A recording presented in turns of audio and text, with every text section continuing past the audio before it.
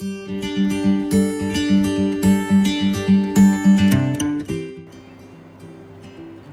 दोस्तों, मैं डॉक्टर दुर्गेश कुमार आज आपके से चर्चा के लिए आया हूँ। एलर्जिक राइनाइटिस, ये दो शब्दों से मिलकर बना है। एलर्जिक यानी एलर्जी, राइनाइटिस मतलब इन्फ्लामेशन इन नोज। नोज की म्यूकस मेम्ब्रेन में अगर इन्फ्लामेशन है तो राइनाइटिस कहते हैं, या इसे साधारण भाषा में नज़ला या सर्दी जुकाम कहते हैं। ठीक है, या कई वजह से हो सकती है। इन्फेक्शन की वजह से हो सकती है, बैक्टीरियल हो सकता है, वायरल हो सकता है। दूसरा एक और इसमें एक बहुत बड़ा ग्रुप होता है एलर्जन। ये एक और चीज़ है, या सीजनल हो सकती है, कभी कदार हो सकती है, या 12 महीने हो सकती है, क्रॉनिक हो सकती है। कुछ लोगों को हमेशा सर्दी जुकाम नज़ला बना रहता है, ये हो जाती है।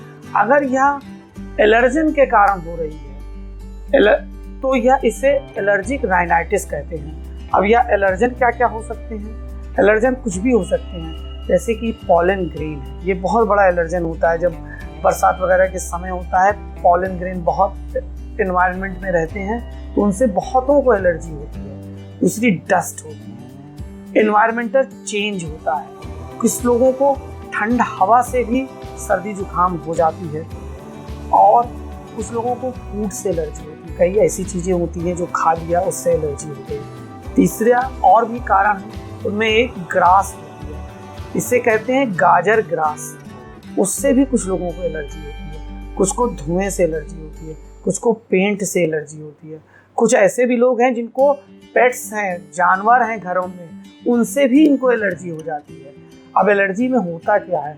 सबसे पहला चीज़, एलर्जी होती क्यों? ये जो एलर्जन हमारे शरीर में आते हैं, नोज के माध्यम से नेजल म्यूकोसा में इंटर करते हैं, तो हमारी बॉडी का एक इम्यून सिस्टम होता है, वो इस पर रिस्पॉन्स करता है। कुछ लोग बहुत सेंसिटिव होते हैं, तो जरा सी भी कोई चीज़ हो गई, एनवायरनमेंट चेंज हो गया, ठंडा हो गया, कोल्ड एयर आ गई, तो भी रिएक्ट कर जाते हैं। उसमें होता है कि बॉडी में एक मास्ट सेल होती है, तो मास्ट सेल एक्टिवेट हो जाती है, और हिस्टामिन नाम का एक केमिकल सिक्रीट होती है, उससे रिएक्शन होता है बॉडी में। सर्वप्रथम जो सिम्टम्स आता है वह होता है रनिंग नोज, नाक बहने लगती है। उसके बाद होता है छींक आने लगती है, फिर नोज ब्लॉक हो जाती है। कुछ लोगों को हेडेक होता है, सर दर्द भी होने लगा।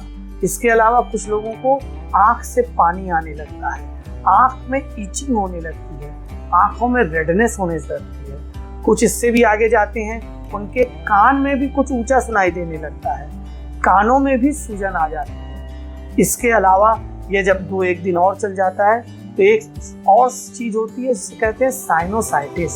साइनोसाइटिस में होता है कि हमारा जो फेस है वो कई छोटी छोटी बोन्स से मिलकर बना होता है, और वो जो बोन्स के जॉइंट्स होते हैं उसे साइनस कहते हैं। उसमें स्वेलिंग आने लगती है तो साइनोसाइटिस हो जाती है। अगर ये और भी कुछ दिन रह गया, काफ़ी समय चल गया, तो कुछ लोगों में ब्रोंकाइटिस या अस्थमा की शिकायत भी हो जाती है। अब इनसे बचाव क्या करें? इसका सबसे सिंपल बचाव है कि मास्क पहनें। दूसरा है गर्म पानी का सेवन करें, ये इसके सबसे बचाव है। एक और चीज़ है, हम एलर्जन को पहचाने कि किन वजहों से हमको हो रही है, उससे बचाव करें। अच्छा, इसको पकड़ें कैसे, इसको डायग्नोस कैसे करें? इसका डायग्नोसिस का बहुत रोल नहीं है, इसे ज़्यादातर क्लिनिकल प्रैक्टिस से ही ठीक किया जाता है, और लोग इसको देखते हैं, पेशेंट बताता है हमको ये दिक्कत हो रही है, उसमें एंटी एलर्जिक दवाइयाँ इस्तेमाल की जाती हैं। फिर भी कुछ ब्लड टेस्ट होते हैं, इसमें CBC कराते हैं, इसमें इस्नोफिलिया बढ़ा हुआ होता है तो एलर्जी रहती है। जिनको एलर्जी की दिक्कत है उनमें इस्नोफिलिया बढ़ा हुआ मिलता है। एक और ब्लड टेस्ट होता है IgE, अगर वो बढ़ा हुआ है तो आपको किन्हीं की चीज़ की एलर्जी है। एक स्किन टेस्ट होता है, उसमें डिफरेंट तरह के एलर्जन हमारे स्किन में, हाथ में कई खाने बना करके इसमें इंजेक्ट करते हैं और जिन चीज़ों से आपको एलर्जी होती है वह रिएक्ट करता है। तो आपको पता चल जाता है कि इन जिन चीज़ों से हमें एलर्जी है उससे बचना चाहिए। अब एलर्जी हो गई तो क्या करें? हमारी होम्योपैथी में बहुत अच्छी मेडिसिन उपलब्ध हैं जो इनको जड़ से ठीक कर देती हैं। उनमें सर्वप्रथम है हिस्टामिनम। यह 30 नंबर की पोटेंसी में दिन में 3 से 4 बार देने से जो बॉडी में हिस्टामिन नाम का सिक्रीशन, केमिकल का जो सिक्रीशन होता है, ये उसको रोक देती है और आपको इससे जो इम्यून रिस्पांस से जो चेंजेज होते हैं वह आपको ठीक हो जाते हैं और आपकी बॉडी में इस आराम मिल जाता है। एक दवा होती है एकोनाइट। यह एकोनाइट किसी को भी ठंडी सर्दी वर्दी हुई, कोल्ड में चले गए, तुरंत ही सर्दी जुकाम हो जाता है, उससे ये बचाती है और विद इन मिनट आपको राहत दे देती है। दूसरी दवाई है एलियम सीपा।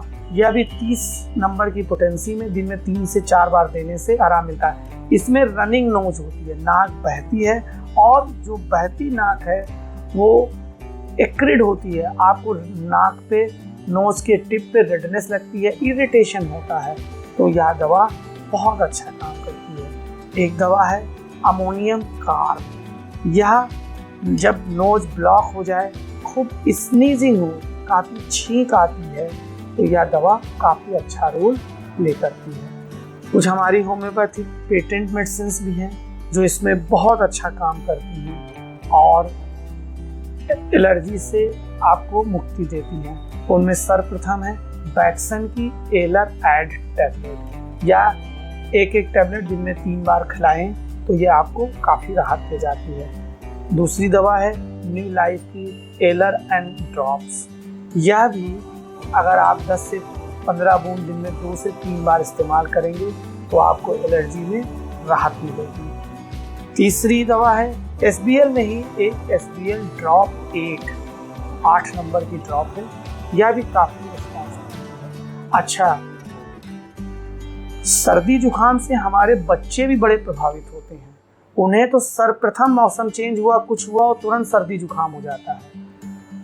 उनके लिए हमारी होम्योपैथी में बहुत अच्छी मेडिसिन हैं। आपको जैसे हमने पहले बताया, उसमें एकोनाइट, एलियम सीपा और अमोनियम कार्ब तो रोल प्ले करती ही हैं, इनका इस्तेमाल तो करते ही हैं। उसके अलावा एक दवा आती है SBL की बायोकेमिकल 6 नंबर की। अगर इसको 4 गोली दिन में 2 से 3 बार अगर देते हैं, कुनकुन पानी में अगर आप बच्चों को पिलाते हैं तो उनको ना सिर्फ इससे ठीक होती है बल्कि सर्दी जुकाम को प्रिवेंट भी करती है होने से भी। जिसको बेर बेर सर्दी जुकाम होती है उनको आप रेगुलर पिला दें तो सर्दी जुकाम नहीं होगी। बच्चों में सर्दी जुकाम से बचाव और उनसे ठीक करने के लिए एक बहुत अच्छी दवा आती है मोनेस्टिम। यह 2 से 4 गोलियां दिन में 3 बार से 4 बार देने से बच्चों में न सिर्फ सर्दी जुकाम ठीक होती है बल्कि ये सर्दी जुकाम को होने से भी रोकती है। यह एक इम्यून बूस्टर का काम करती है जिससे कि शरीर में ऐसी प्रतिरोधक क्षमता डेवलप हो जाती है जिससे कि उन बच्चों में सर्दी जुकाम हो ही ना।